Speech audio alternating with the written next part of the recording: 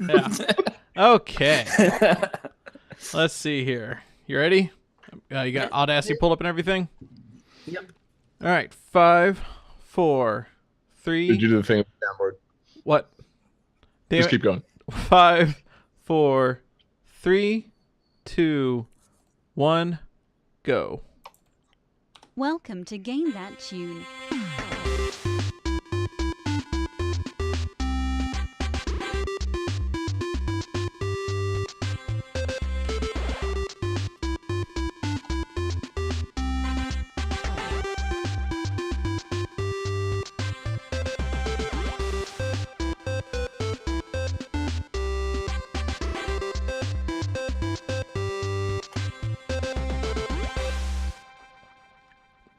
Oh, yeah. What is going on, everybody?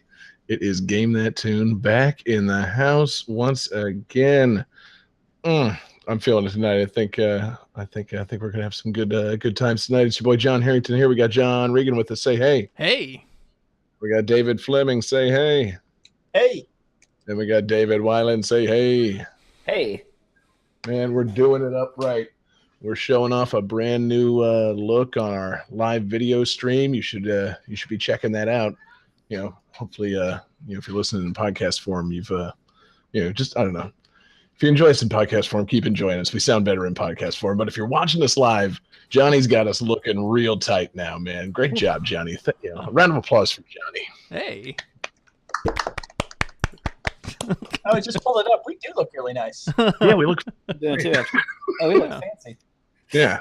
Anyway, if you're just joining us here on Game That Tune, we don't frequently compliment Johnny. We listen to video game music and try and guess the games based on the songs, a little bit of trivia, goof off, have a lot of fun. And winner at the end of the night gets to pick or play some bonus tunes and pick the theme for the next episode. And John Regan actually was our winner last week. So, Johnny, what's the theme of that show? Yeah, you forgot that, didn't you?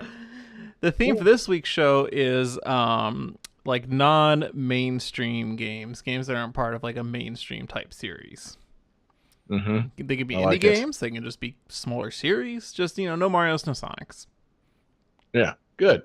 It's we've had a lot of Mario and Sonic on the show, so I was glad that you went with that theme. I was worried because last week we did Mario games. I was worried that John was going to respond and be like, "Well, let's do Sonic games."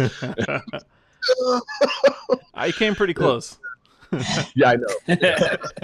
Your theme, your theme bag is not very deep, so I figured we're bound to get an all Sonic episode at some point. But so we got some non-flagship games. We got 5 great games. We got a good fan request tonight. I believe we got a great lightning round coming up. We're just gonna have a blast. And Johnny, I say we jump into those tunes, baby. All right. I should pull up the lightning round. I should make my soundboard. Game There we go. 1. Yes.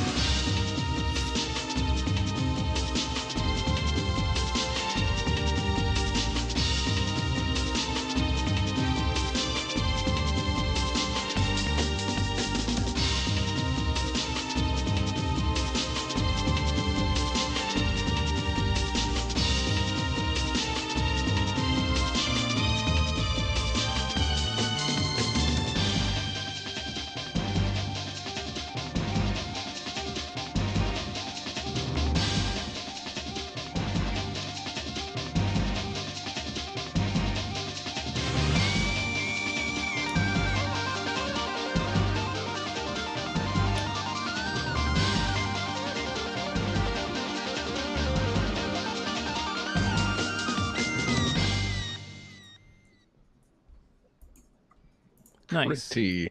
I'm Pretty liking nice. That's that. cool. I like that. Yeah. Yeah.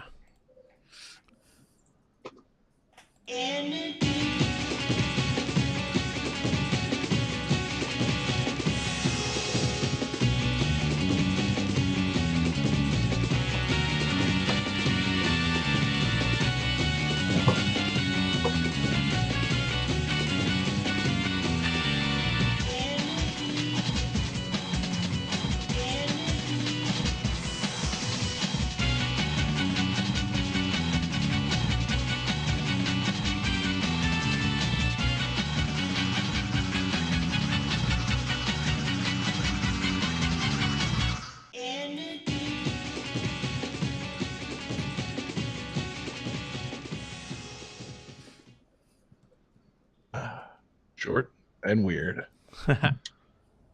So, I bet you guys need trivia for this. Yes, please. So, a themed mission featuring numerous references to this game was released for what MMORPG from the same developer?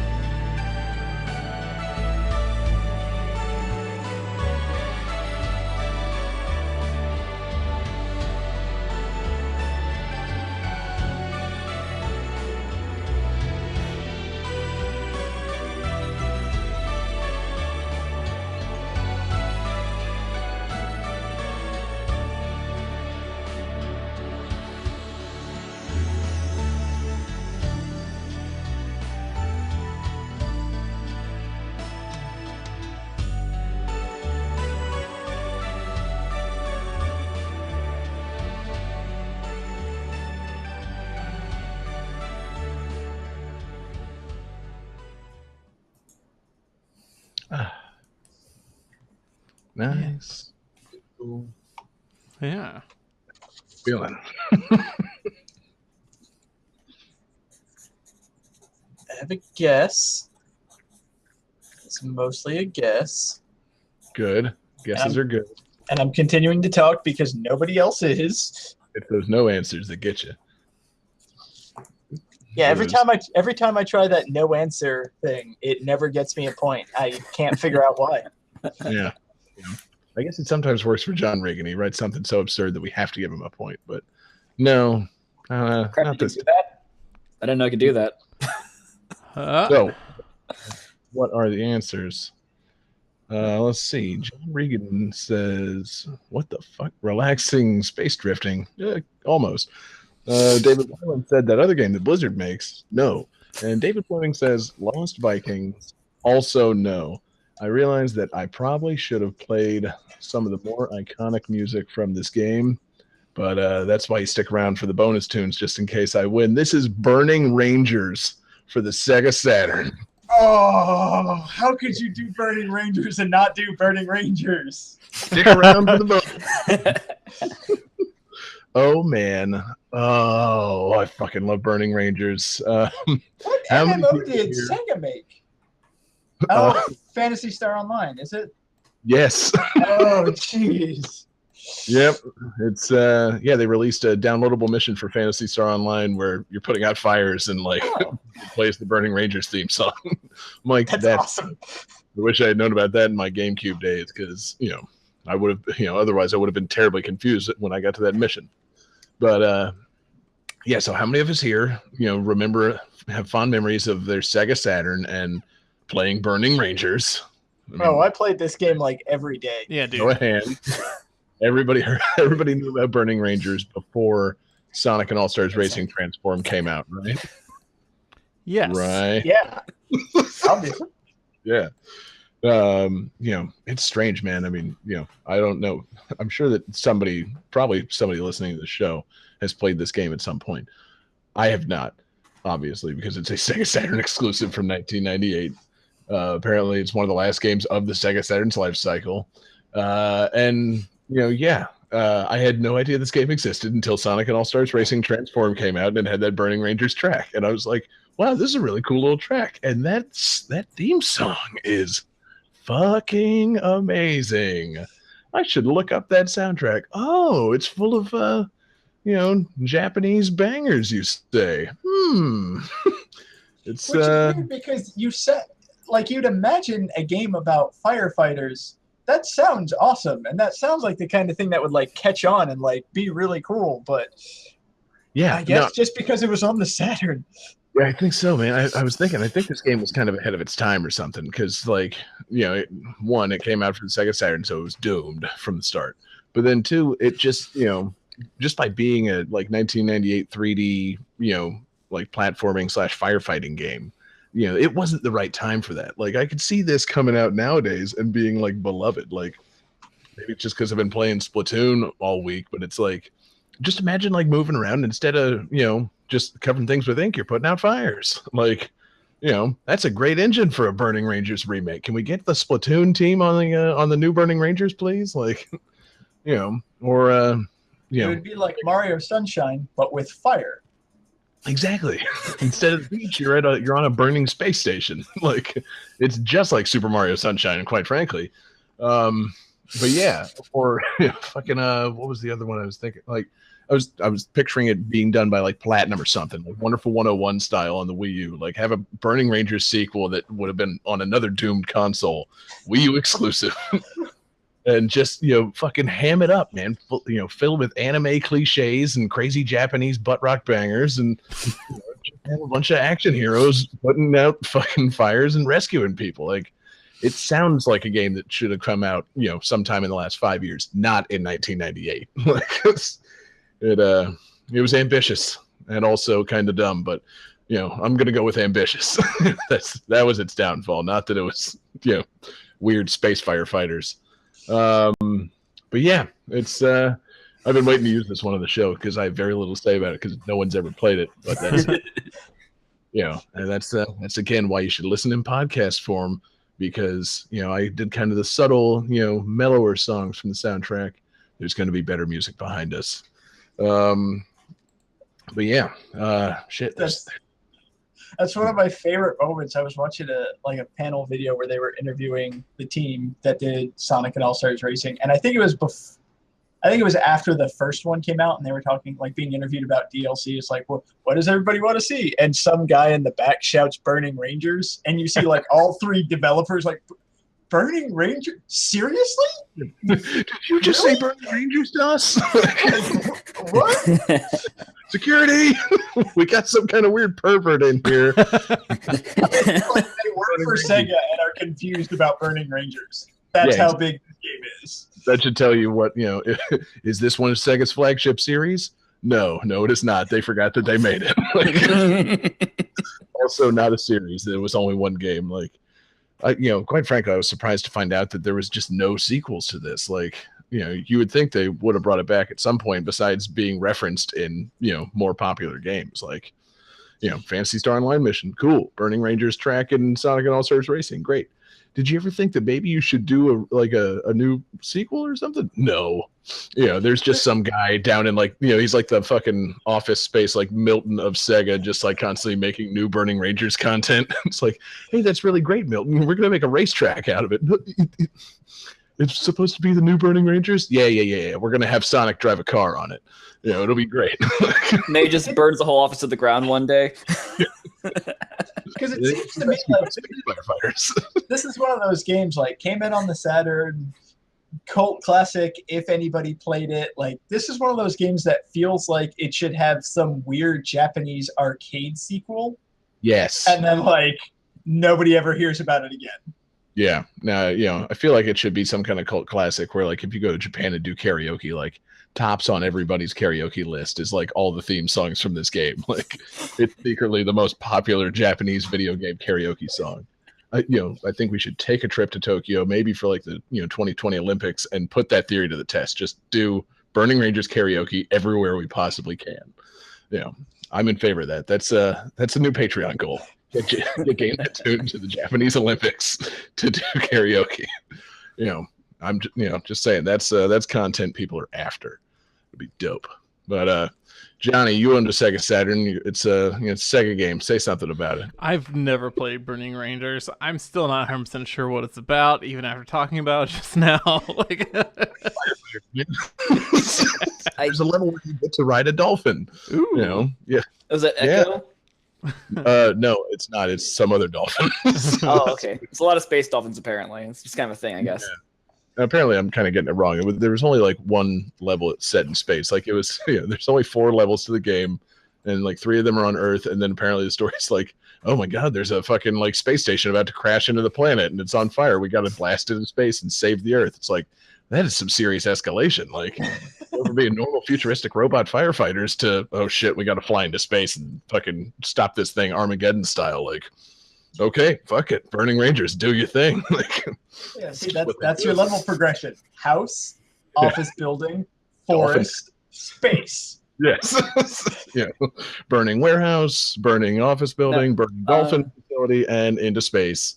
And apparently, you're going to fight a big rainbow monster at some point. Come on, don't question it, man. That's just what firefighters do in the future. But question though, where's the water level? It's strange that fire. it requires you to swim with a dolphin in a game about putting out fires. Like, I've tried to make sense of that myself. Watching videos of the game, it doesn't quite add up. Like, you need to swim through the water to get to the next fire, and the dolphin's going to show you where to go. Burning Rangers, come on, man. This is only level 2, and you're losing me. Like, crazy game, you. But yeah, man. It's crazy late 90s just weirdness, and I love the soundtrack. I'd like to play it at some point, but I know that's literally impossible. So it'll just be one of those games that exists in the internet's memory, kind of. So Johnny, anything else on Burning Rangers? I got nothing. Fuck yeah, man. I think that we need to, as they say in the rap song, move on to the next stage or the next phase. Crap, I'm already forgetting the lyrics to my favorite Burning Rangers song. Game We just need the 2. bonus tunes.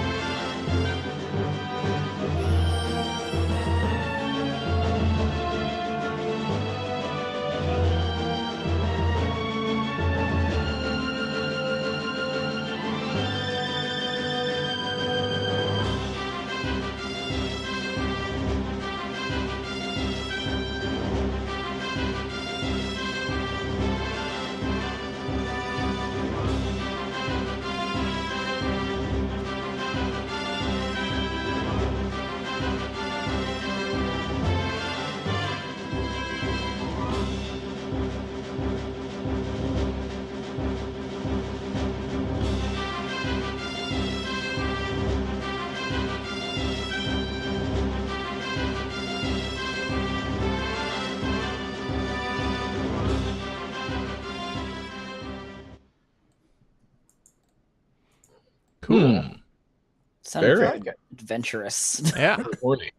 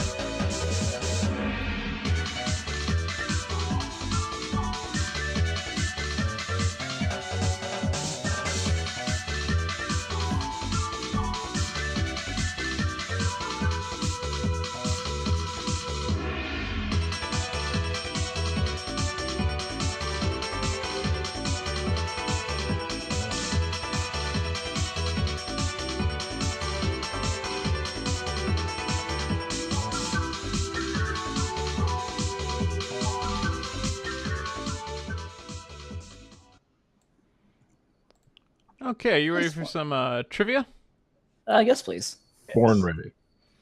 There is a weapon you get from Stone Man in Mega Man 5. The name of his weapon is also the name of this game. It is unknown if this is intentional or not. Please don't just Google Stone Man. I mean, I might. No, if you don't know, you don't know it.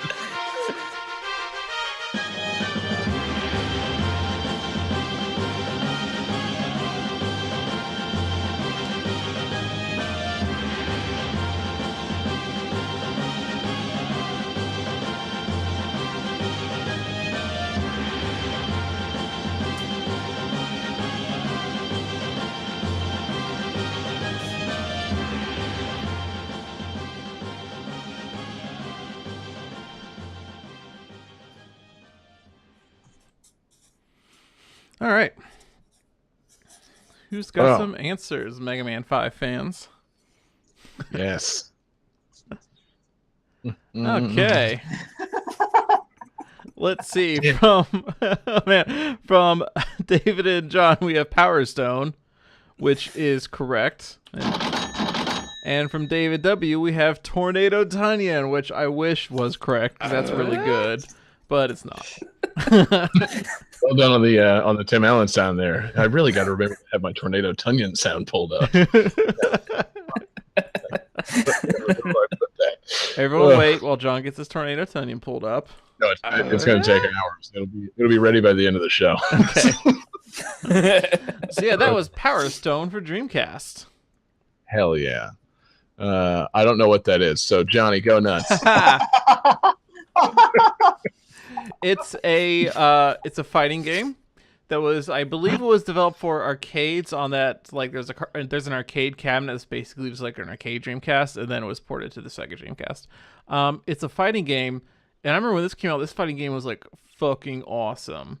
So it's a fighting game that's played in a top-down isomorphic perspective, where you can run around the room and jump up on ledges and tables and shit and beat each other up. And One of those. I up until then, I'd never seen a fighting game like that. You know, even the 3D ones, you generally still stay on the floor. Like the idea of jumping up and getting into the rafters and things like that was so crazy to me. It's like, oh, this is what it's actually like to fight in bars. You know, this is great. It's a whole new dimension of fights. I'm Literally. actually, I really felt like it was like I'm actually taking advantage of the third dimension, because most of the time with the 3 dimensions, like, it's kind of 3 dimensions, but you're really mostly moving in 2. You know, this one's like, no, it's like no full 3D fighting. It's sweet. Awesome. And then there's the whole Power Stone aspect, which is that you can collect, I think it's 3 Power Stones in the fight, and then you power up into like a more crazy form and just beat the shit out of everybody. And yeah, and like I said, I have it on Dreamcast. I actually haven't played it as much as most of my other Dreamcast games, but I think this came out like right when the Dreamcast came out. This is one of the early Dreamcast games, made by Capcom, and it's awesome, and everyone should play it. Game 3. Yeah, you got to give us something to riff on here. You can't just game 3. It's just like that, Johnny. Gee. I mean, who's your favorite character in Power Stone? Oh man, probably Vargas, Final Vargas. Like he's a secret character you can play as, where you just keep hitting right and you eventually get to him. Like he's just off screen, and he's basically just this giant blob that, like, I don't think I never figure out how to actually beat him. So when I play as him, you just win. Like. All right, yeah, now I'm having to look stuff up. How are you not mentioning the fact that one of the characters is named Edward Falcon? Oh, yeah. Or there's a guy named Wang Tang. Focus. Yeah. I forgot to look at the fighter names before doing this. Oh, that guy looks weird. Final Valgus.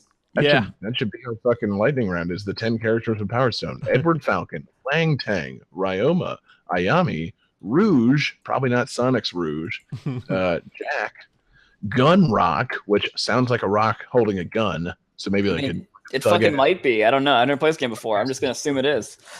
2 guns. Galuda, the Kraken, Vargas, and Apollos. John, how are you not talking about all these? This is your favorite This is your favorite game. I never said it was my favorite game. Sure you did.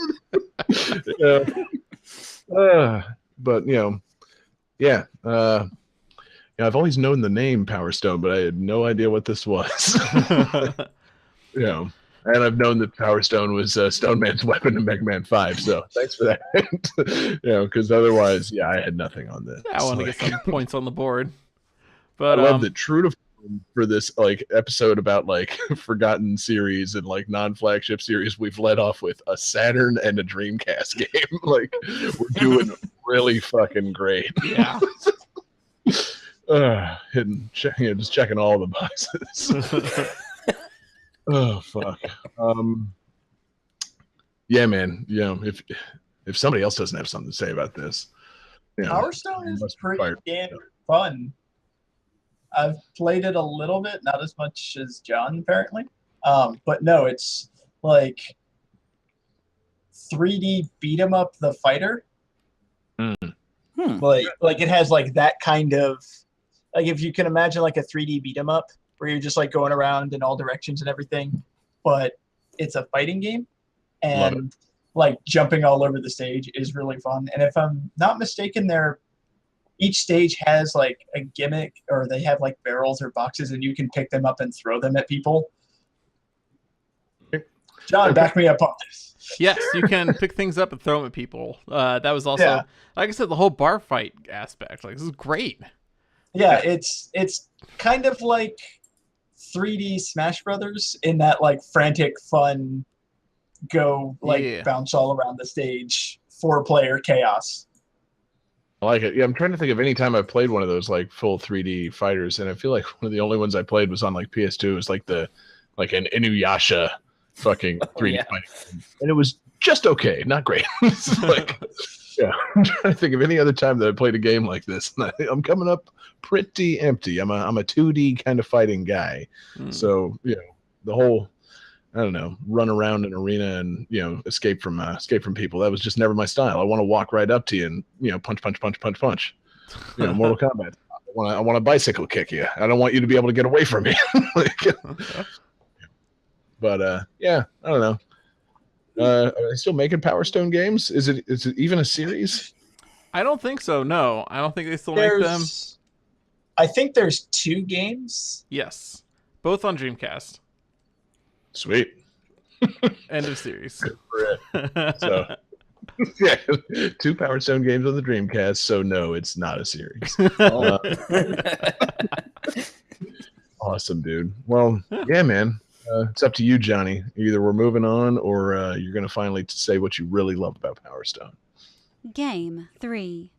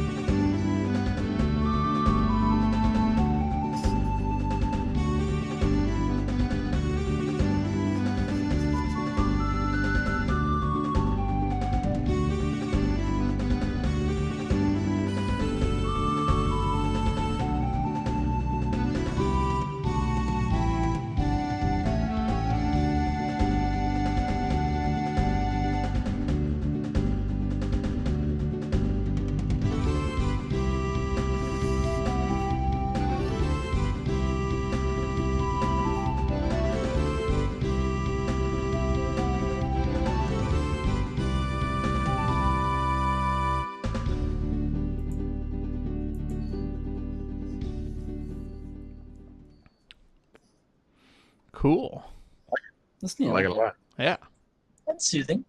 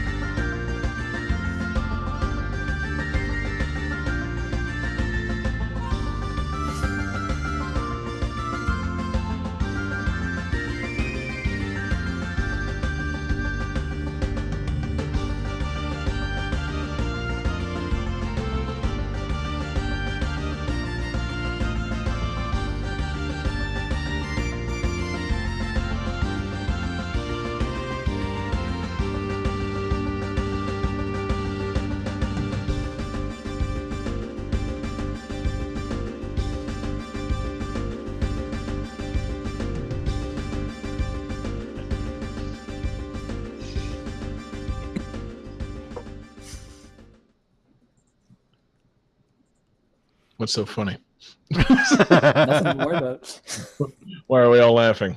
So, I do believe, since nobody is stepping up to the plate, that this is our fan request for the evening. Is it not, Johnny? It is. It is our fan request for the evening, and it's a good one, man. Thanks to Dell at Delition_Hikari on Twitter for the fan request.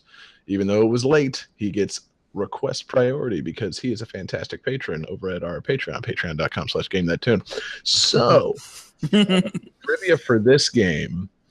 A sequel was planned for this game and actually shown at Tokyo Game Show 2006, but after a troubled development cycle was further complicated by the 2011 Tohoku earthquake, the game was canceled. No one's going to get this.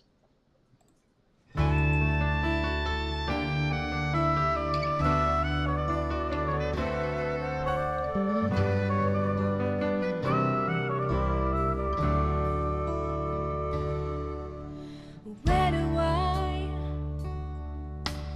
fit in the picture of your world? I'm loving this. When you're soaring so high, This is my jam. and I am left alone here on the ground. I can't even see you anymore. So high up there, like a bird, I wish I could fly to you, but where are my wings? You took them away from me, never to give them back to me. You stole them from my back, you ripped them off.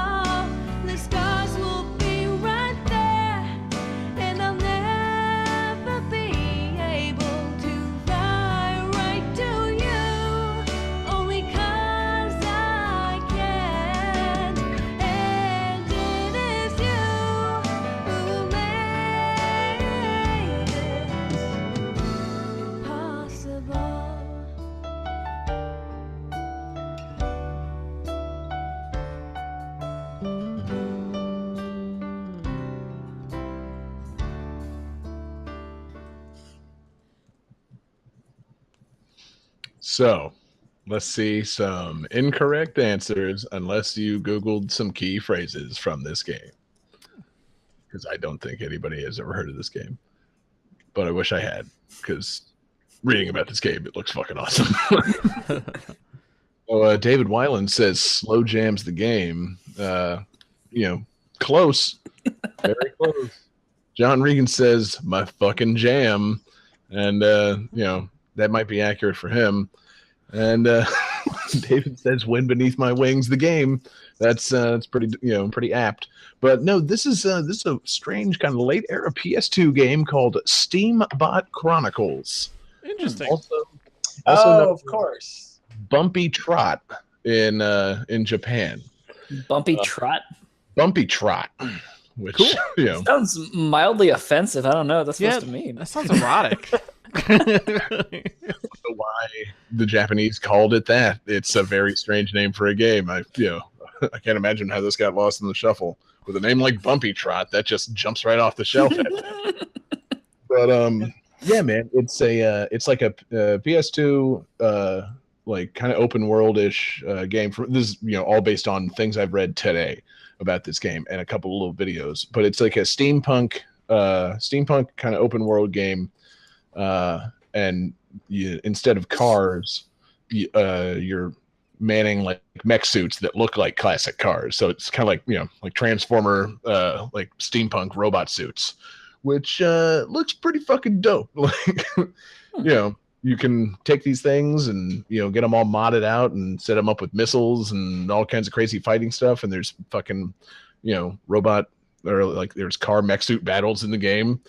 And I was reading about it, and apparently it's just this really fucking like underrated game that nobody fucking knew about, especially here in America. But they were saying it's kind of like Grand Theft Auto if there was absolutely nothing like psychopathic about it. Like it's just a really like fun, upbeat game. It's got a cel shaded art style, and it's just like this weird steampunk world with all kinds of side quests and characters. And that last song was one of the songs that you can perform in the game. You play as a guy who wants to join a band, and you eventually get to join the band, and they have like little piano practice, like almost like little light Guitar Hero mini games to practice your way into the band and shit. Like it looks so charming, man. I'm really pissed that I'd never heard of this game. Like It sounds really nice.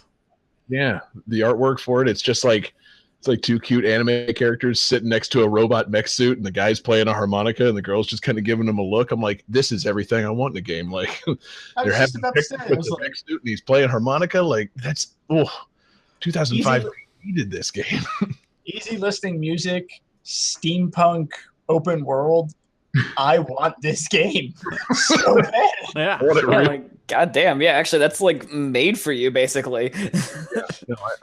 We don't condone piracy on this game, but Johnny, we will be discussing how to burn PS2 games after the show. Okay. Because I want this game in my PS2, which still works. So gonna need a little Bumpy Trot in my life. I'm gonna call it Bumpy Trot too. Steambot Chronicles is a fine name, but Bumpy Trot, there's just something so funny about that name. I really Well, I mean, enjoy it. Knowing that it's mechs now, it kind of makes sense because like you're kind of like bumping along in like a big fucking like robot with feet. I'm sure that's where that comes from. Like, Maybe something got lost in translation when they try to like, okay, what about like what's a word for like unsteady walking, like Bumpy Trot? Fuck it, name. I mean, because like This is time has proven that it's fine having a really kind of weird name, like a Katamari Damacy. yeah. I feel like I could have, if I went to like a Blockbuster and I saw this game on the shelf called Bumpy Trot, I'd be like, I gotta investigate this, and I would rent it and see what it's about.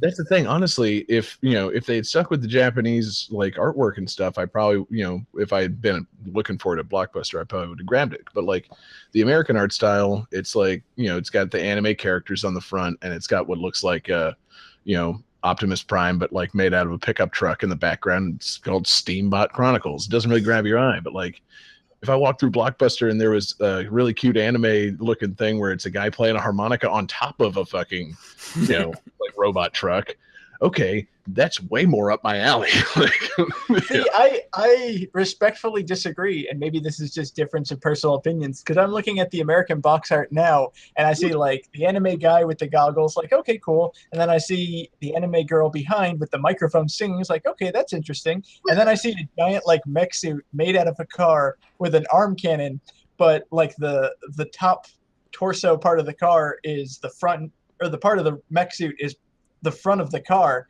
and the way that it's angled, you've got the two headlights and the bumper, so it looks like he has this like slightly angry frowny face. It's like, okay, I want to play. I mean, it looks like when they try to make Kirby badass for America, like it looks like that. It's like, it's so precious, but he looks like he's angry.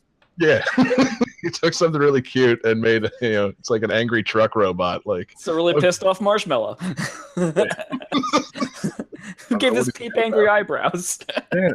But yeah, no, I mean, that's the thing. It's fine. But like I'm saying, if it was, if the game really conveyed this is a, cute, colorful game in which you're a guy playing a harmonica and also there's robot trucks in it, I would have been like, yes. But, obviously it went overlooked by me and I assume everybody else in the entire United States of America and a good portion of Japan.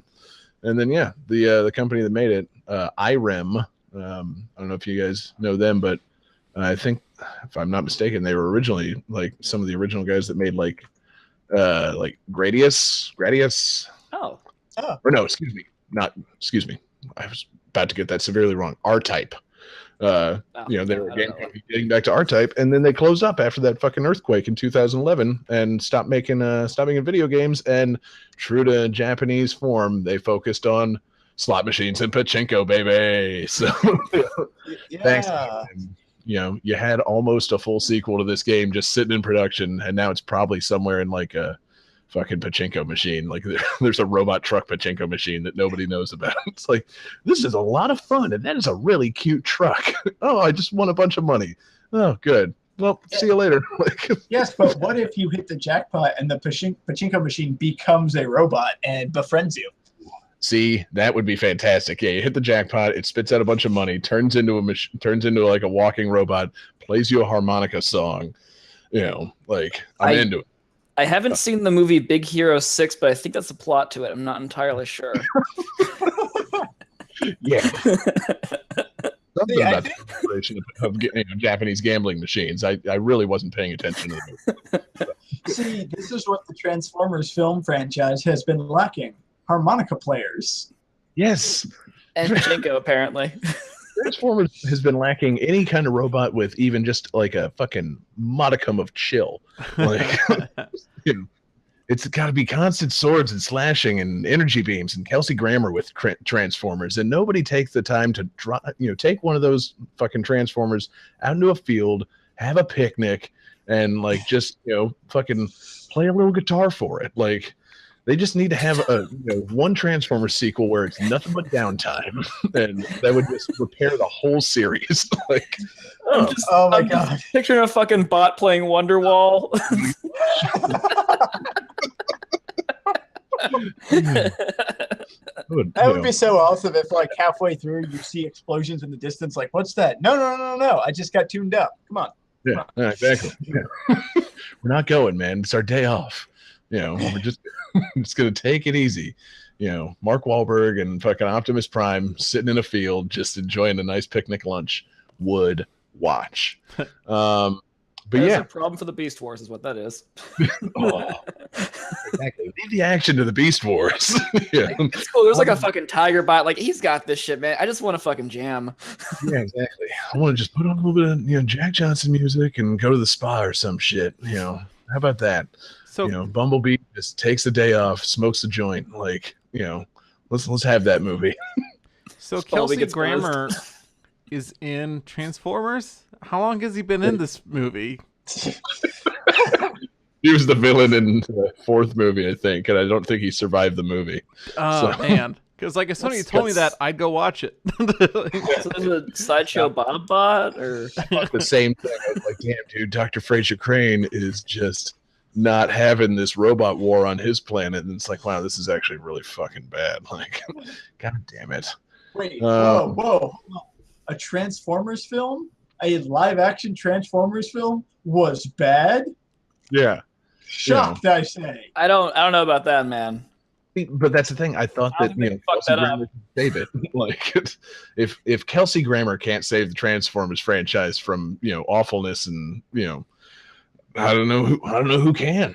I don't know, man. I think you'd have to fuck up pretty bad to make giant robots punching each other stupid. And they've done it consistently. So they do like crickets, like sound effect. I don't know, something. I know. We are I pretty feel much like 5 for 5. I just sat there for a solid few seconds trying to figure out like what sound cue is David trying to get me to play right now. Like I don't know, but it's something. There's one obvious sound cue. there is, and I unfortunately forgot to load it up before the show. Ah. God damn, John. Da-da-da-da-da-da-da. We'll get it in post, right? It's all good. Fuck Transformers, but yes to Steambot Chronicles. Yes, Bumpy Trot. Quite frankly, they need to. Next summer, no more Transformers movies. Let's get that big budget live action Bumpy Trot movie. Like, would watch. Just picture that coming on. Like, you're going to see Star Wars this December, and there's a trailer, and it's just really well-meaning fucking steampunk robot cars and like nice pleasant music, and then the fucking announcer, Bumpy Trot. No, even better. I'm imagining like a Transformers trailer, like with the quick cuts and the explosions and the robots punching each other, and then fade to black. Title screen. Bumpy Trot. It's it would get people's attention. It's like everybody would be like Transformers 6, eh? Oh, goddamn, I'm gonna fucking just go to sleep over here. And then it's like Bumpy Trot. Just that's such an audacious name. I can't help but go see that movie. Title Bumpy Trot, preferably with dubstep. Yeah. Yes. So anyway, fuck yeah. Thanks again to Dell for the request. Good request. He requests some, great games, interesting games. Usually it's like, oh, well, that's a game that exists, I guess. Nobody's heard of it. This one, it's like, I'm really upset that I didn't know about this game. Like, No, yeah, it sounds awesome. Sounds fucking cool as shit. yeah. So we're all gonna seek out Bumpy Trot and play the shit out of it, man. I think this just needs to become a Bumpy Trot podcast going forward. So, John, let's play the next game. It's Bumpy Trot again, right? Yes, it is. All right, good. Friendly. Just as we leave the fan request, I think it's a good time to give out a friendly reminder that you can get preference in fan requests if you subscribe to our Patreon. Just another reminder in case people missed it earlier. Okay. Game 4. Shameless.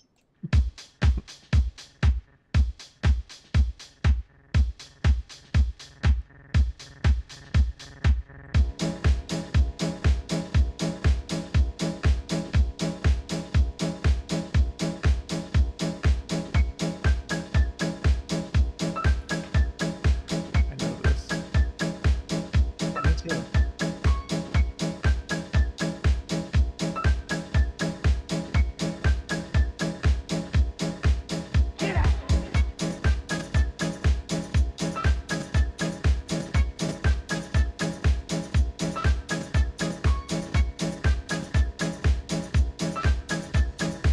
Honestly, darling, I love you. Gonna wash my hands of you.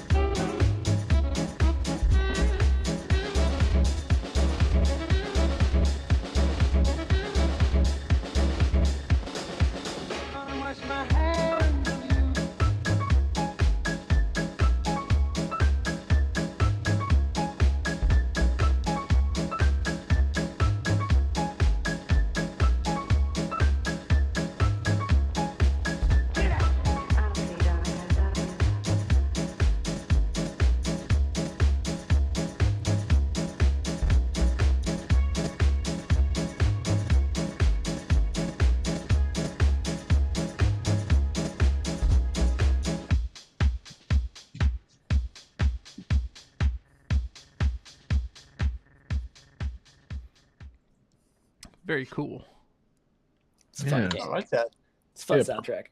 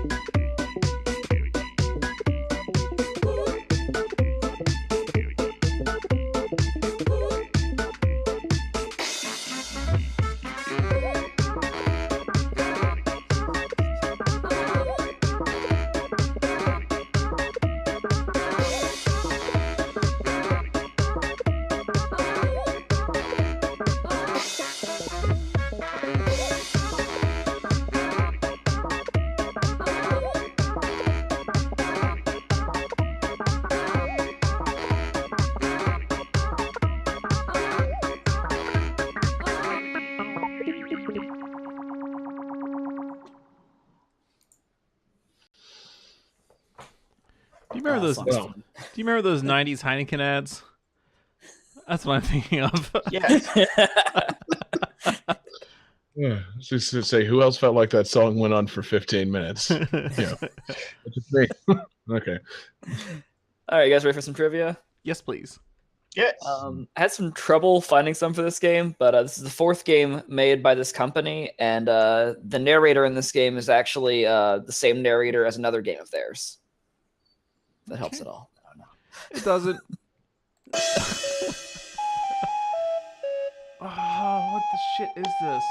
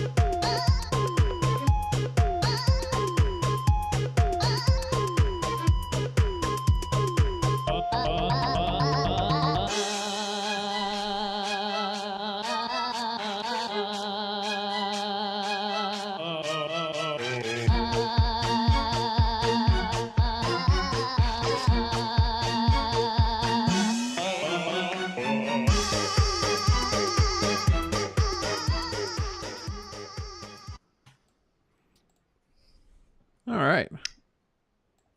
Yeah. Oh yeah. If I it think I might have this. helps, also, I have streamed this game in the past. Probably not though. It's kind of a weird one, but Don't Shit. be offended. I've never seen you stream. Well, oh, okay, cool. So John Harrington says Monkey Island or some shit, which is incorrect. John Regan says Heineken adds the game, which is incorrect. David Fleming says Pit People, which is correct. This is the fourth game from Behemoth Studios, the guys that did Castle Crashers. It also, let's see, Castle Crashers, Alien Hominid, And Battle Block Theater. Battle Block Theater, which is the same game that has the same narrator as this one. Stampy, I think is the guy's name. The Elephant Simpsons. Yeah. Yeah, it's a pretty ridiculous game though. It's like equal parts Fire Emblem, Pokemon, and a couple of like things just kind of mashed together. Like your post-apocalyptic Earth, a giant space bear smashed into the planet, and now it's like you're just running around trying to kind of survive, and like the aliens like space bear blood makes everything like terrible, and like it mutated people or something. And it's like basically like it's turn-based combat. Most of the game you run around, you can fight people. If you buy a cage in town, you can use that to capture the last guy on the enemy team and then use him to fight with you next time. So basically it's like you just beat up the other guys and just like cage them and just make them basically gladiator slaves for you. So it's Yeah, a fucking weird game. It's cool as hell though. It's like a weird action beat 'em up RPG thing. Yeah, kind of. It's I don't know. It's like equal parts like XCOM, Fire Emblem, Pokemon, and then it's just like their weird ass humor just thrown in on top of that too. It's actually a really good mix. I like it a lot. Yeah, because listen to the music. It's like this kind of sounds like Behemoth. Because Oh, yeah. I've not played this one, but I love Alien Hominid, love Castle Crashers, and Battle Block Theater. It's like this kind of sounds like them. It's like, did they do another game? It's like, oh yeah, it's this weird mashup. Okay, I wonder if that's it. This is the fourth game. Hell yeah! Yeah, apparently it was called Game 4 when they were still in like pre-production for it, which is kind of funny. Well, because I think either Castle Crashers or Battle Block Theater, when they were in production, the name of it was like New Game. Yeah, which is very unoriginal, but then the rest of it, like once they actually make it, it's fucking crazy.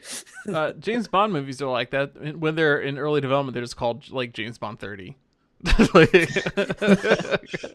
Well observed, John. Thank you for that. You know, if we could steer it away from Pit People to James Bond, I would have so much to say. But we're not going to do that. You know, even though they did just announce that they're making Bond 25, no further Shit, that's details. not really cool. You know, but you know, it's coming. But yeah, no, That's continue. cool, on but Pit- we'll talk about that next time we do like a 007 game or something, right? Oh, yeah, there's so many left that we want to talk about. Yeah. Have we actually covered the two James Bond games worth talking about? I think so. Maybe one more, like, you know, just one of those, like, you know, like the misguided Wii GoldenEye Rogue Agent or something like that. Maybe at some point, but like, no, like the other three GameCube 007s. No, we're not going to talk about those. Oh. Like, Yeah. Like this game is fucking crazy. Like it's a lot of fun. You can do a 2-player, either local or co-op, like online or against each other. It's like a lot of it is like right now there's just like an arena in town because they haven't actually finished the entire game yet. It's still in early access. that's what I was going to ask. Has this game even come out?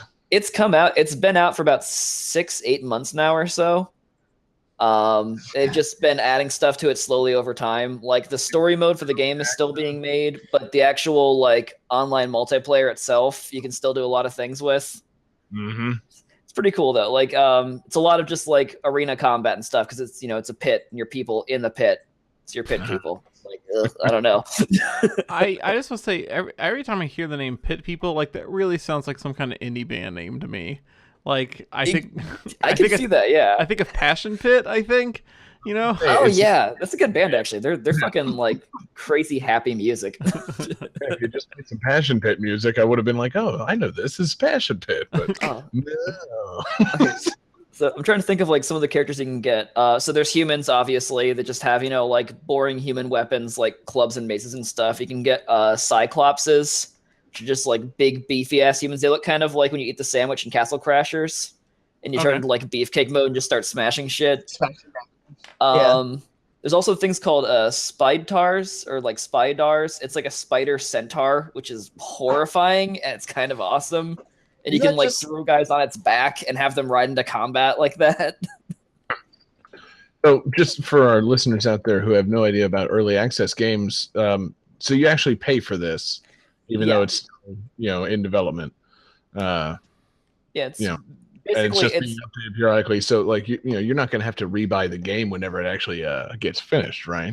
yeah, no. It's kind of like when Minecraft first came out, you paid like $15 and then you just get the updates forever from there. Like it's actually kind of become a thing for PC gaming, like for smaller companies that can't really afford to like put all the money up themselves for it. It's like, Actually, hey, we're gonna give you like the alpha build of the game or something like that. Give us like $15, and then when the game's fully out, you just have the whole game, but you're getting it very early. So it's like it's not totally done yet, but it's still like enough that you can play it for several hours at least and have fun with it. Right. I was going to say, it seems like if I downloaded a game like super early and played it, I would never I'd be done with it at some point and never go back and play the finished game. Like I would forget all about it. Well, see, I've that's the kind thing, of been though. doing that with this game a little bit. Like I think I took like a 4 or 5 month hiatus from it and then came back and like they added a bunch of new shit to it, so it was a lot of fun to just jump back into it again. Yeah, that's cool. Yeah, like I bought Minecraft, in a similar early access thing, right back, early on, and that's how they kind of keep you coming back in is by adding new stuff all the time. Right. So that's the thing. You would play it, but then like I don't know, maybe next month, like oh, there's all these new features. You're like, oh shit, okay, let me go check this out. Yeah, it's like Yeah. I've been playing Minecraft since like 2010, and it's like fucking 7 years later. I'm like, how the hell did that happen? I'm still liking this game. Yeah. But But- like, I know Kerbal Space Program did that too, and they're finally a complete game now. But like, it's like very early. Like, hey, make a rocket, shoot into space, blow up some space frogs. And it's like now they're actually like fully fleshed out with like a solar system and shit. So Yep. it's an interesting thing that PC games can do. Seems like something like a company like the Behemoth should actually have the backing of another company where they can actually put out a finished game at some point, so they can make more than 4 games in their entire history. But that's just me spitballing there. Like the guys make good creative games. Seems like they should be able to hire a bigger team and make games more on the reg. It's almost like they're like the Venture Brothers of fucking video games. Ouch. Hey, I love the Venture Brothers. No, But, that's actually like a really good analogy for it, 'cause it's like really good, high quality stuff that just takes forever to do. yeah. Just somebody give fucking Behemoth some money so they can make a game every 2 years instead of every however many it takes. I mean, Alien Omnic came out in like 2003, right? Like I think so, something they've like only that. made Yeah. since then. Like I had I remember like Castle Crashers. I had it on the 360 when it was like kind of newish. So like that's a fucking while ago now.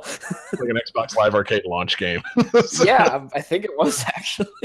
Yeah, I'm not joking. God. Somebody get this company some money so they can crank games out just a little bit faster. That's all I'm saying. So anyway, man, anything else on Pit People? Oh, it's a really cool game. I'm sorry. No, I was just gonna say, new Patreon goal: give Yeah. us money to give to the Behemoth to make more games. Yeah. We promise we'll give it to him. Over the Behemoth place. Like, we don't make much on Patreon, but we wanted you to have it so you can finally finish fucking Pit People and move on to something else. Come on, man. And the Behemoth would be like, oh, thanks, man. We'll take like $20 extra a month. That's really nice of you. That was an amazing needle drop cue in speech. Like, hey, we got this money for you to finish a fucking game. Get back in. Why are you talking to me? Go finish the game. But anyway, great pick. Johnny, let's keep going, man. Game 5.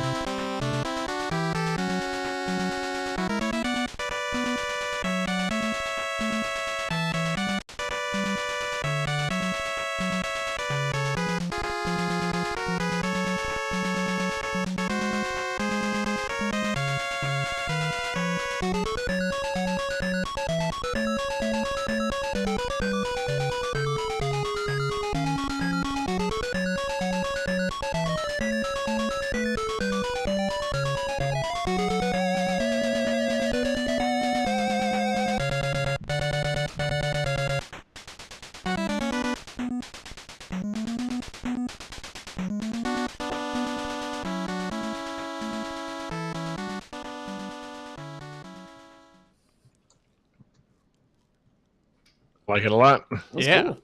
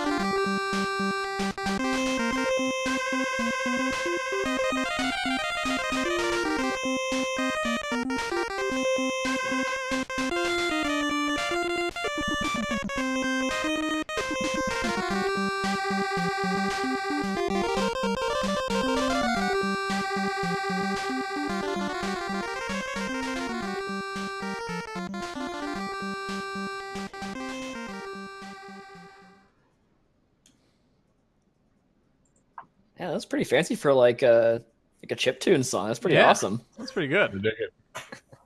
So, who would like a little trivia for this game? Me, please. Yes, please. All right, so the original Japanese version of this game featured 2 playable characters. Player 1 was female, player 2 was male. The Western versions replaced both characters with male characters. However, this game has been referenced and the main character has made cameo appearances in other games, and it's always the female main character, which confused the hell out of me when I played the NES version of this.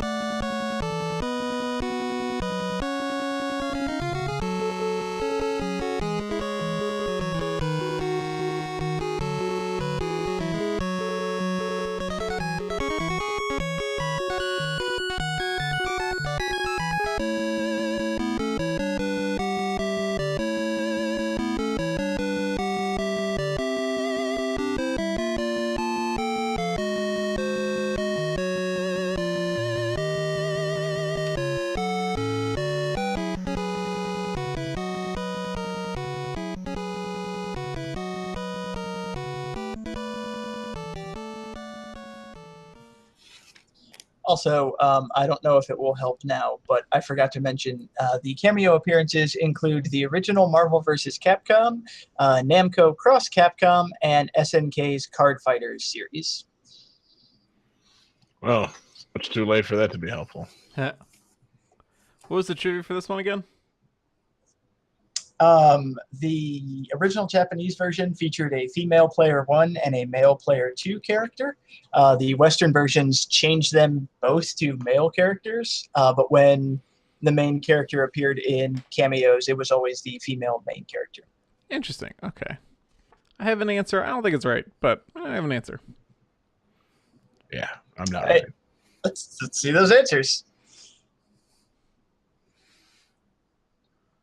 Holy shit. John Harrington says Gargoyles Quest 2. Incorrect. David Weiland says Tim Allen grunt with a shrugged emoji. Sean Regan is correct with Legendary Wings. Yeah. Oh, Wow, John. Well Wow. done. I did Might be not. unprecedented. I did Google, but you know what I Googled? I Googled Legendary Wings. Like, to double check that I was right. It's like, I think it's Legendary Wings. Legendary Wings. Okay, yeah. I'd say confirming Google is pretty acceptable, but yeah, just doing the shit move of like NES game female character like Western changes. Yeah, no, just fucking shot in the dark Googling, not acceptable. So Got, this is Legendary Wings. Specifically, this is the NES version. Right.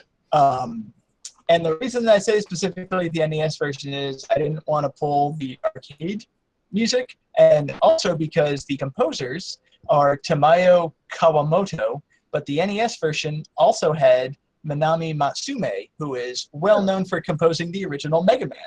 Yes. Nice. Good for them. Also, I think a friend of the show, Patrick Perkins, is losing his damn mind on Facebook right now. Because I got it right. John Regan got it right when no one else did. That really just doesn't happen. I mean, we'll have to go back and log through 70 episodes of Game That Tune, but this might be a Game That Tune first. Yeah, It might be. I love it, man. We have Yeah, spreadsheets. We can verify this. I can easily consult our stats department to see games where John got a point and no one else did. I would, I love it. So anyway, yeah. Never. I know of Legendary Wings, but I always just thought it was like Capcom ripping off Kid Icarus just based on like the artwork. It looked like here's kind of Kid Icarus with a gun. Go nuts! But I have no idea what the game actually is. So. I played this game a lot when I was a kid. Actually, my cousin had it for NES and then was giving away a bunch of games. And the funny story is I wanted this game because I thought it was Kid Icarus, because it was just like a big, like a shoebox of NES games. And I kind of thumbed through and was like, yeah, whatever. And out of the corner of my eye, I saw like flying action pose with wings, like, oh, Kid Icarus, I've rented this game. I love this game. So I grabbed it. It's like, wait, no, this isn't. Oh, but Legendary Wings is awesome. It's a scrolling shooter, which is kind of why I picked this. It's a game I really like, but I feel like it really fits the theme, because when you think Capcom, you don't usually think scrolling shooters. But if you do think scrolling shooters in Capcom, you usually think of like 1942. So even if you're thinking about Capcom shooters, you still don't go to Legendary Wings. No, yeah. It's as non-flagship as you can possibly get. But it's got two different modes. It's vertical scrolling, and then when you go into a temple or a cave, it changes to a horizontal side scrolling. Right. You play as either Michelle Hart or the guy who his name I can't remember. Bret Hart. It's like I wish. Bret the It's like Hitman a weird post-apocalyptic ancient Greece world. So it's sort of like robot Greek monsters, temples type. Almost sounds like Zexus, because they have like the main character's name is Apollo, and it's got a bunch of weird like robot, but kind of like Greeky things too. Yeah, you're flying with these wings, and it kind of gives you that Icarus vibe. But then your character has an assault rifle. Love it. Taking down robot minotaurs and flying too close to the sun. Wait, nope, that's Icarus. Never mind. This is legendary wings. Yeah, like the stage 1 boss is a dragon. Cool. Not really like a mecha version, just like a regular dragon. Cool. And I remember when you power up, like the more power ups you collect, the stronger you get, obviously. And the final mode, you become, I think they call it Phoenix, and you kind of glow and shimmer in this like yellow thing. And instead of shooting like a spread shot, you shoot one shot, but it extends out and it arcs across like a quarter of the screen. And instead of taking 1 hit to kill you, it takes like 5 hits to kill you. It sounds pretty cool. Yeah, it's a really fun scrolling shooter. It's a good arcade style shoot 'em up. Nobody's ever heard of it. Yeah, no. This is apparently John Regan. Yeah. John, how did you do that? Well, I actually rented this as a kid, and I remember playing the shit out of it and loving it.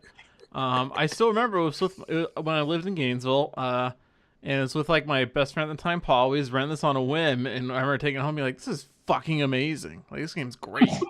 Like, I've always really liked Legendary Wings. I was looking up just to get the copyrights right for the end of the show, and I'm like, oh, 1986 Capcom. God damn. No, I am. To me. And I remember really liking because it. there were like, I remember really getting a kick out of the fact that it was a shmup, but like you're people. Like, you're not a plane. You guys with wings. Like, it's like, this Radical is awesome. Awesome. I remember freaking out because it's like a scrolling shooter, but then you get sucked into a cave and it goes sideways, and that kind of blew my mind. Because there's pretty also cool, a actually. weird animation, like if you bomb the ground and find a hidden cave, or the end of the first stage, there's like a giant temple face, and the mouth opens up and it sucks you in. So you fly into this underground temple, and then it shifts to this side-scrolling perspective. And I remember that really threw me. It's pretty sweet, man. So, and it's still a shooter at that point, though. But it's a side-scrolling shooter. Yeah. Cool. And the cool thing is, it's not like a platform shooter. Like, you can touch the ground and walk around, but then if you jump up, you just start hovering, and then you're still like free to move about the screen. It's cool Okay. as hell. Yeah, I was gonna say that would be pretty funny if they had, it's like it's a scrolling shooter through a cave and you're playing as a guy with wings, but you blow up if you touch the floor. Like, I'm glad they thought of that. Like, actually, wait, no, he's not a plane. He should be able to stand if he needs to. Oh, okay, it's I different. just thought that they didn't do like, okay, you're in the cave, now you're on the ground running around. It's like, no, I have wings. If I jump, I should fly. Yeah, we should keep that. Good thinking. But, cool, man. Nice pick. Anything that makes John seem competent at this game is it's a good pick for the show. I think we're all just kind of like gobsmacked over it. It's like, wait a minute, none of us got it right, but John. What the fuck? But yeah, and the main character, Michelle Hart, she pops up in Namco Cross Capcom. She's one of the assist characters in the original Marvel vs. Capcom, which brings us into our lightning round.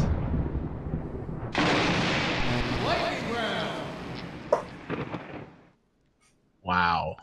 Nice. That is your Patreon dollars at work, giving us new HD versions of our jingles. Fantastic. ones that I didn't record in 5 seconds. So, fuck yeah, man. The lightning round. What do we got? Yeah. So, A lightning For- round not done by me. So, for our lightning round, Michelle Hart makes a cameo as a briefly playable character in the original Marvel vs. Capcom. There have been a shit ton of characters throughout the Marvel vs. Capcom series. So we're going to do, I have a list. I have 20, 10 and 10 from each side. We're going to go through everybody. Very simple. Yes or no. Has this character appeared in a Marvel vs. Capcom game? Before we And when I start, say yes, I just want to double check who's keeping score of this right now. Usually John keeps score of the lightning rounds. What's that, John? Me, I'm gonna keep score. Okay. Oh, I can keep score if you want me to. I got the scorekeeper pulled up. I'm psyched. I'm ready to go. Oh, okay. I'm being true. Sweet. But yeah, as soon as I thought that, I was like, oh crap, I should write down who's winning points. Now, I do want to clarify, when I say appears, I'm not talking about like in the character's ending movie or like stage. You have to like take control of them, or they are very obviously on stage fighting with you, like an assist or that sort of thing. So I'm not like, well, in this corner of this stage, you can briefly glimpse a poster. Like, no, it's very obviously that the character is there. And I think every Capcom and Marvel character has turned up in somebody else's like ending movie in those games at some point, and it's just like, yeah, okay, fuck this. This could be anybody. Damn it. Mega Man is in Nova Corps. Sure. Yeah, Why who said he is?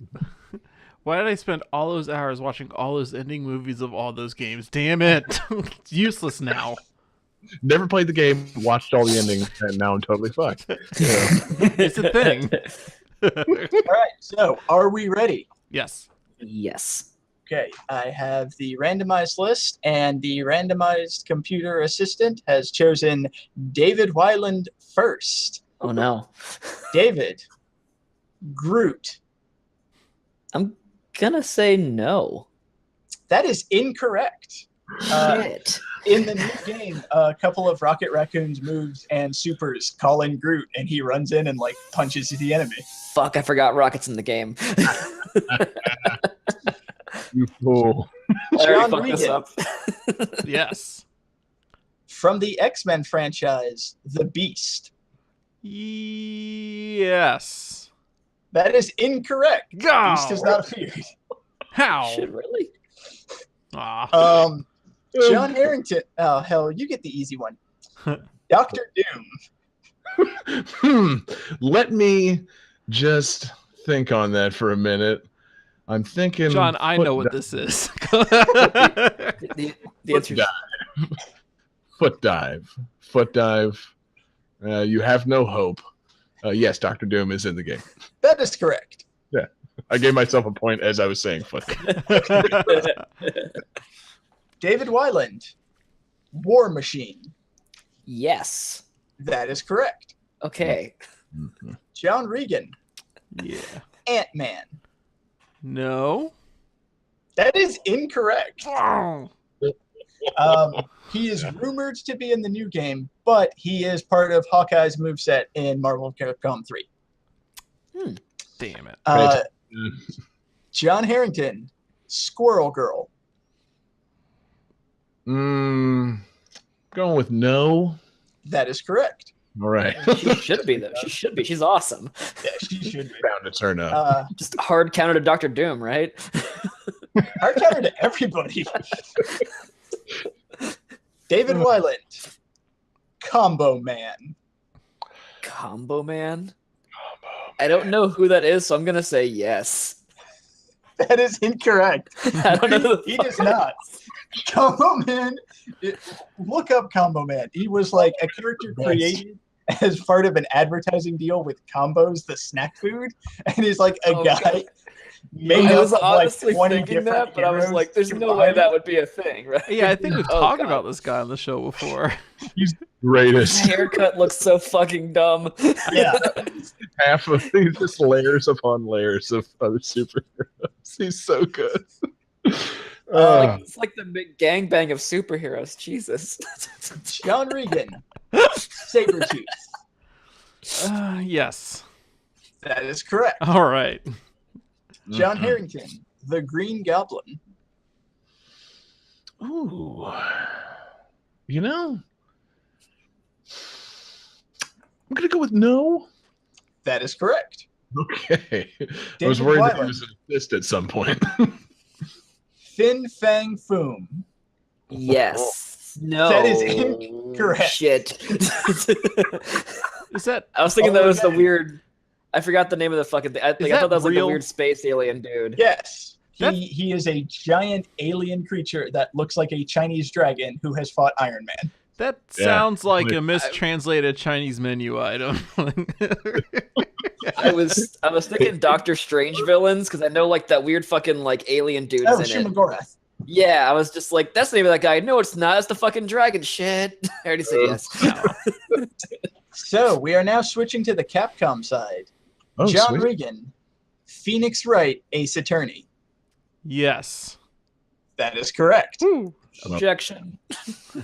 John Harrington, Hayato Kanzaki from Star Gladiator. I'm going with yes. That is correct. I didn't know he had a last name. David Weiland, Blanca from Street Fighter. Yes. That is incorrect. Fuck, that's Street Fighter. It's a different game series from Capcom and Marvel. Blanca, surprisingly, has not appeared in Marvel vs. Capcom, which is weird because Marvel vs. Capcom 2 put like fucking everybody in there. That's a real fucking shame, That's man. weird. Yeah. Well, yeah, 'Cause because I was Street looking Fighter up is the list. Capcom, right? Yeah. Okay. I was looking up a list of like, okay, characters that haven't been. It's like Blanca. Where's Blanca? Seriously? I'm just picturing like an ending where Blanca is like trying to shock the hell out of the thing, and the thing is just like, "Oh, come on, man, let's just get out of here and get a beer." Like, you're not bothering me at all. Oh, okay. All right. John Regan, Mega Man X. Yes. As an assist thing. That is correct. Oh, Actually, he's played. Oh, nice. John Harrington, Alex from Street Fighter. in a Marvel versus Capcom game? No. That is correct. He was in Tatsunoko versus Capcom. Yeah. Try to be tricky. I like David it. Weiland, Leon Kennedy from Resident Evil. I'm gonna say yes. That is incorrect. Fuck. I don't know this game at all. I'm terrible at fighter games. Has David gotten a single lightning round question right? I got one, I don't think. so. One. Forget who the fuck I said yes to. John Regan. Oh, this matched up perfectly. From Power Stone, Edward Falcon. I'm gonna say no. Wait, no. He That has is been. correct. Oh, okay. Okay, good. No, yes, that's correct. Nice. I'll take that point. Fuck, why do you get both the easy ones? John Harrington, Chun-Li from Street Fighter. Let me just think about that as I jump in the air and do that rapid kick and just lightly step on your head over and over and over again. I'm going with yes. John's point appeared already. That's correct. She has appeared in every single game, actually. Yeah, that too. David Weiland from Darkstalkers, Baby Bonnie Hood. Actually, yeah, I think so. That is correct. I don't know how the fuck I know that. I just remember seeing like a Red Riding Hood looking chick, right? That's Good. Yeah. Why the fuck do I know that? Pulling out the Uzi from her picnic basket. Got a picnic basket full of guns. Love Baby Hood. Finally, John Regan. Yes. That is incorrect. Wait, no. Sorry, hold on. No, okay, I'm not listen, I'm not being a jerk. All I heard was John Regan and then a pause because your audio went out, and I said yes, as in I'm ready in here. I never heard I heard game. that too, to be fair. That's what I think. All right. So Fair we enough. can have a redo. Let's go through again. John Regan, Proto Man. Yes. Did you hear me say it again? Let me double check the audio. I'll say it again. John Regan, Proto Man. No, I know it's wrong, but I want to keep it fair because I wouldn't have gotten that. I know I would have gotten that. You know what I mean? Like, the only reason I know it's wrong is because I heard you say incorrect, and that's cheating. I have no idea if Pro Man's in the game. I would have guessed yes. Like, it's... Let's get a nice tidy take of that for the podcast version. I like that we made him redo it and he fucking still like threw it just to be No, nice. actually, you know what? John, give him the point for honesty.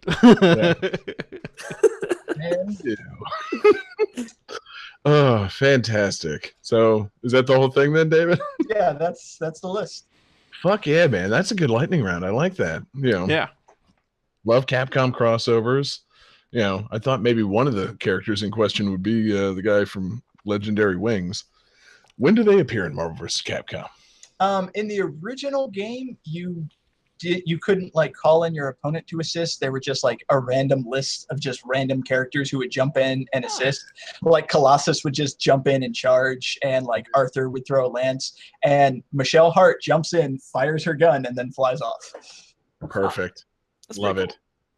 Well, cool, man. Great lightning round. Great game. So I guess it's time to turn on that calculating computer there, Johnny. Calculating computer active. Calculating.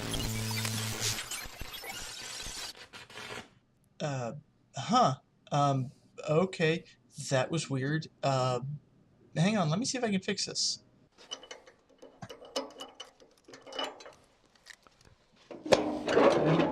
Let's see here.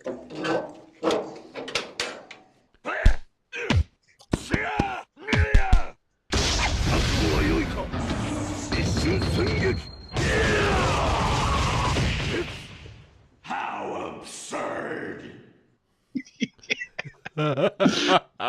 Shit, David, are you all right, man? Yeah, I'm okay. Just fuck Akuma, man. You're like, I just died 1,000 deaths. Oh. I can say that I officially feel the pain of the Satsui no Hado. Yes. You'll feel the power of his fists. Fuck yeah, man. That fucked up calculating computer means that it's time once again for August absurdity. Yeah. Oh. It's been too long. Oh. So it's gonna get real. dude, Shit's gonna get real absurd. Yeah. yeah, exactly.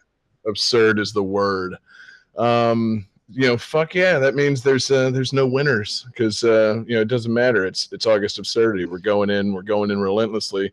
It's gonna be a crazy fucking August competition. We're all coming after King David, sitting there on his August absurdity throne, smug and knowing that he's got the best record on the show and the owner of the bragging rights. It's up to us to come at him and take away that crown. So David, I hope you're ready because it's going to be an intense month. We got 5 Wednesdays in August, and yeah, man, it's going to be absurd. So sweet.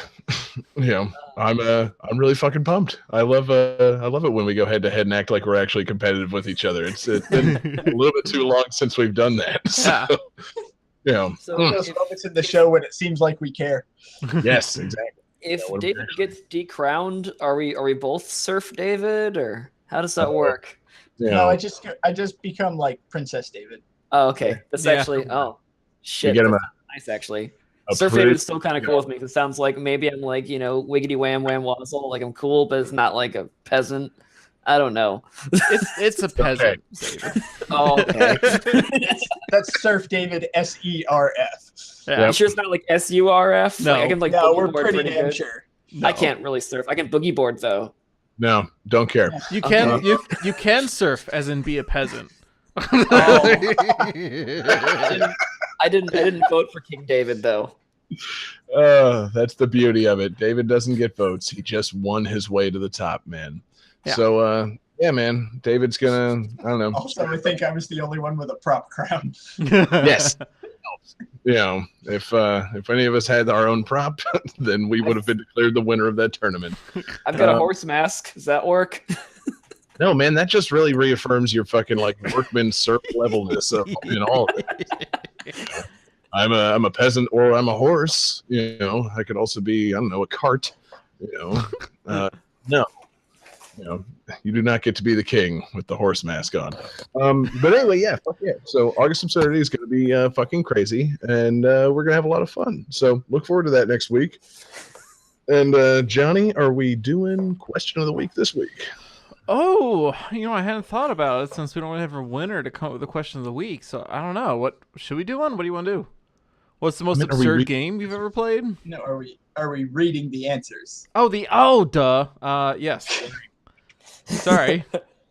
All right, let's see. So our question of the week You're is such a good producer, John. I love you. our question of the week was what was it? It was like, what was your favorite non-mainstream game or favorite like game that didn't get the recognition it needs? Something along those lines. Yeah, I think something like that. I Yeah. believe it was your favorite underrated game or series. All right. So let's see from friend of the show / one of our co-hosts at Sega_legend, aka Jesse on Twitter, said Bushido Blade. You know, I love it when people give these answers with no elaboration. Like we all know Jesse loves Bushido Blade, but it's like, yeah, what's your underrated game? Bushido Blade. Why? Not important. It's just great. No, I like to imagine that that's just his answer to everything. Like, what's your favorite underrated game? Bushido Blade. Why? Bushido Blade. How you feeling today? Bushido Blade. Want fries with that, sir? Bushido Blade. Yeah, as long as I'm at my house, I don't have to answer absurd questions like that. Jesse, should I call a doctor? Bushido Blade. Jesse, I'm calling the I doctor. think he's having a Bushido Blade. stroke. I don't know. We should call a doctor anyway. Turns out his doctor is Dr. Bushido Blade. I stand corrected, Jesse. I called Dr. Blade. Keep going, John. All right, so at Dire Honchko said The Legend of Heroes Trails in the Sky. He spent 220 hours total in the games, didn't regret a second of it, and says that the OSTs are incredible too. Are you familiar with this game? I'm Googling it now to see if I've got any idea what it is. Said Legends Japanese of role-playing game on the PSP. Looks like it's got some cool anime characters. Developed by Nihon Falcom. Nice. No. I'm gonna go check out the soundtrack and see how that is. I should have done that before the show, but I'll take Dire Honchko because he knows a lot about game music. I'm gonna assume that it's a really good soundtrack. The guy has great taste in game music. Yeah. Yeah, it's a PSP game developed by Nihon Falcom, which has been developing Japanese RPGs all the way back to the fucking Dragon Slayer series of the 80s. So Nice. they know their way with RPG. Then let's see here. Friend of the show, Delition at Delition_Hikari on Twitter, aka Del, says Shadowheart / Koldelka, Blood Will Tell, and Sigma Star Saga are my usual go-to answers for this question. Sigma Star Saga was pretty awesome. Yeah. And let's see at It's a Game Boy Advance game. I didn't know that. Yeah. At Rekka_Kun on Twitter, said that pictured game, you tweeted a picture out with this question. I have no idea what game was in that picture. So whatever that was. No, when I posted the question, I just Googled underrated video games, and one of the first image results was artwork for The World Ends With You. And, Okay. It's a kind of underrated that game for the DS. This person was saying that picture game, comma, The World Ends With You. I thought this was a list of games, like that picture game and The World Ends With You. They were explaining what the game was. Okay. There are many others, like Rockin' Cats, spelled with a K, Robotrek, or Patapon. Cool. Yeah. And then good friend of the I show, forgot about Patapon. good friend of the show / sometimes on the show, Patrick Perkins on Facebook said his favorite underrated game of all time is Robot Alchemic Drive. It's basically a game where you battle kaiju with giant robots. It plays out like an old school anime monster movie, bad voice acting, silly plot, and all. Fuck yeah. The reason That's awesome. apparently the reason the game didn't sell well is the main reason he loves it. It has notoriously difficult controls. Instead of controlling the robot directly, the default controls mimic using a remote controller to move the robot and its control arsenal of weaponry. So it's similar to having to move the joysticks to move the legs or something, I guess. Something like that. Shit. Yeah. That's fucking weird. I like it. Apparently, the learning curve isn't that bad, and you can beat up giant monsters while blowing up buildings or trying not to destroy the city, because this apparently affects the story.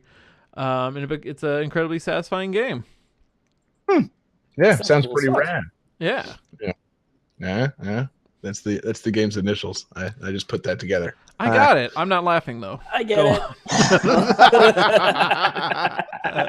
All right. I gave See that how to it you is. first. John Regan just on John Harrington. Mother. that how that feels? Fucking John Is gets this his what own we game, do no one with else people? does, and he gets a good burn in. Like, this is a fucking unprecedented episode, guys. This sounds like we're heading into absurd territory. Yeah, exactly. We're starting the absurdity right now with John burning me. Like, well, fuck yeah, man. Great question of the week. Are we doing question of the week going into August absurdity, or Ooh, Yeah. I don't know. Plus, also, do any of us have answers to question of the week? I forgot to ask all of I've got us. one. do we have underrated games and series that we like? Yeah. I've got one, and it's a game that the music's kind of a little bit generic, so I'll never probably play out in the show, unfortunately. Mm. It's called Draken the Ancient Gate. It's a PS2 RPG game where you play as this woman named Rin, and then she's got a pet dragon that's kind of like soul bonded to her. And like half the game is like on the ground fighting stuff. The other half of the game, you get on the dragon's back and do dragon dog fights with other dragons. And it's Sweet. fucking sick. Love that. And then the series just kind of never went anywhere. There's like, I think it was like the sequel to a game for like PC. It was like a PS2 game, and then just nothing happened with that series after that. And that's a fucking shame. Love it. Johnny, what about you, man? Probably one of my most favorite underrated games is Escape Velocity. I don't know if it's necessarily underrated or obscure. You know what I mean? Like, because I think it's Right. highly rated. It's just nobody knows about it. Nobody fucking remember. What's that?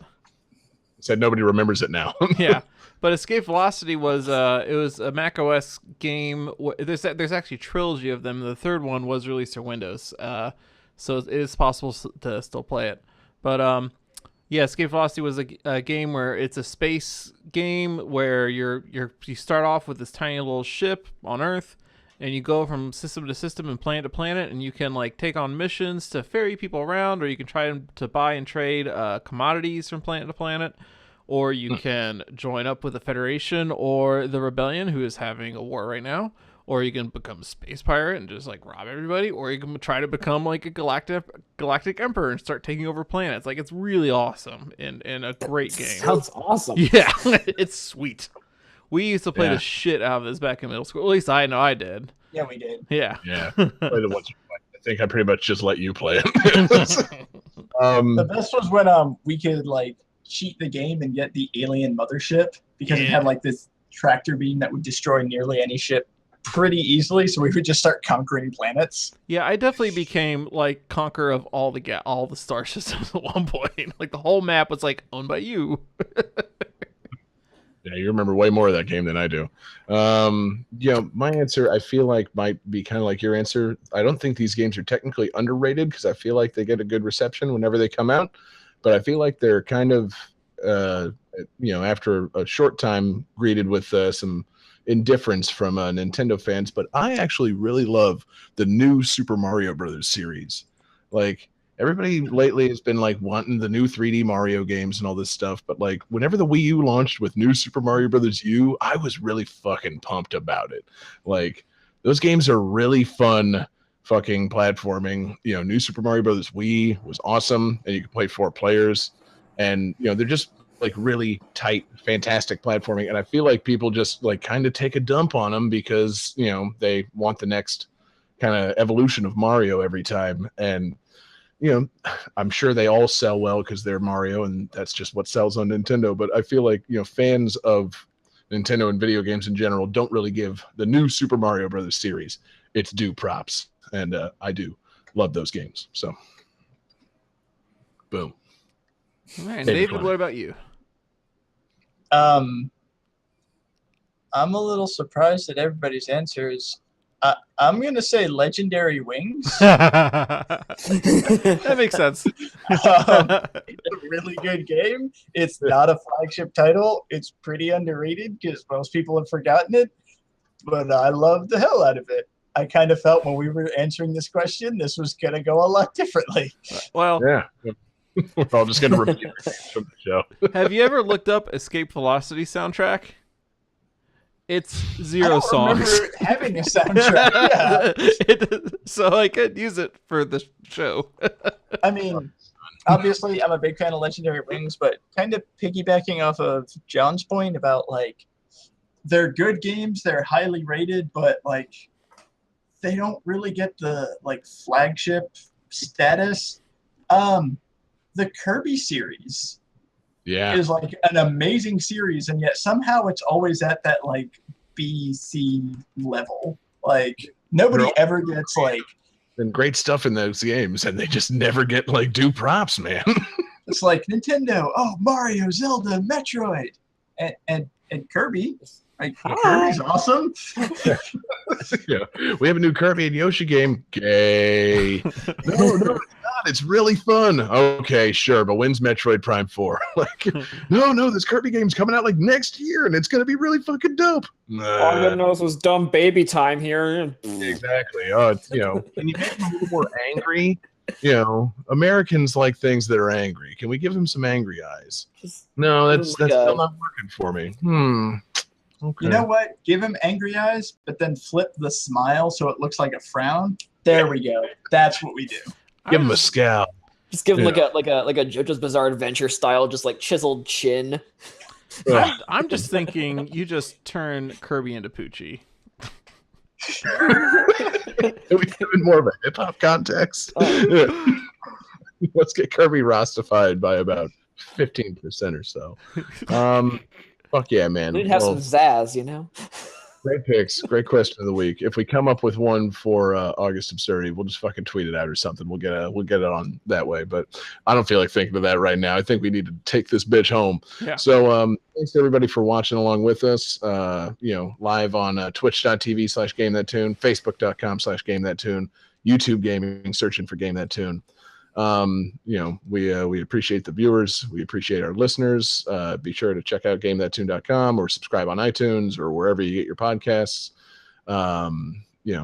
Follow all of us on Twitter at GTT Pod. We're going to be taking a shitload of requests for August Absurdity. So hit us up either on Twitter or shoot us an email at GameThatTune@gmail.com.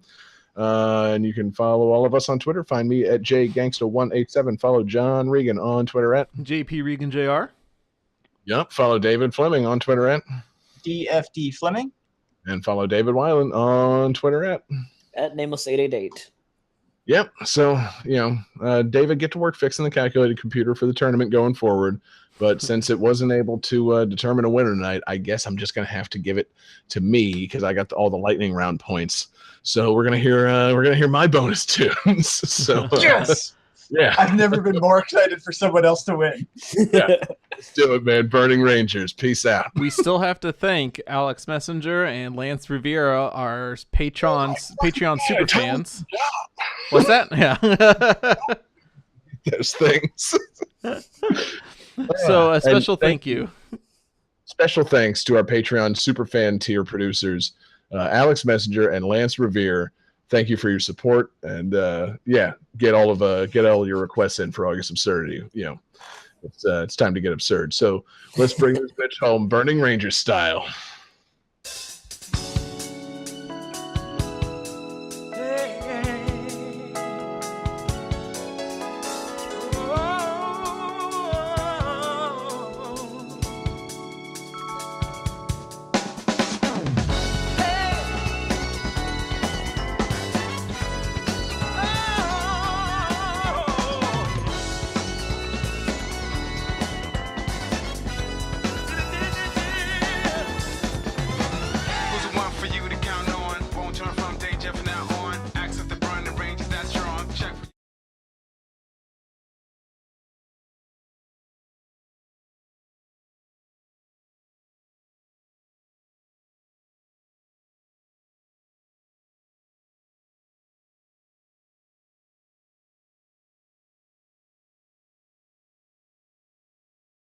Oh, I went ahead and faded out.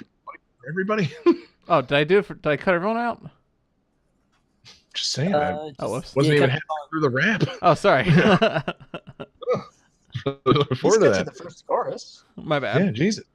Yeah, that really is your bad, John. Burning Rangers is copyright 1998, Sega Games Company Limited. Power Stone is copyright 1999, Capcom Company Limited. Steambot Chronicles is copyright 2005, IREM and Atlas Company Limited. Pit People is copyright 2017, The Behemoth. Legendary Wings is copyright 1986, Capcom Company Limited.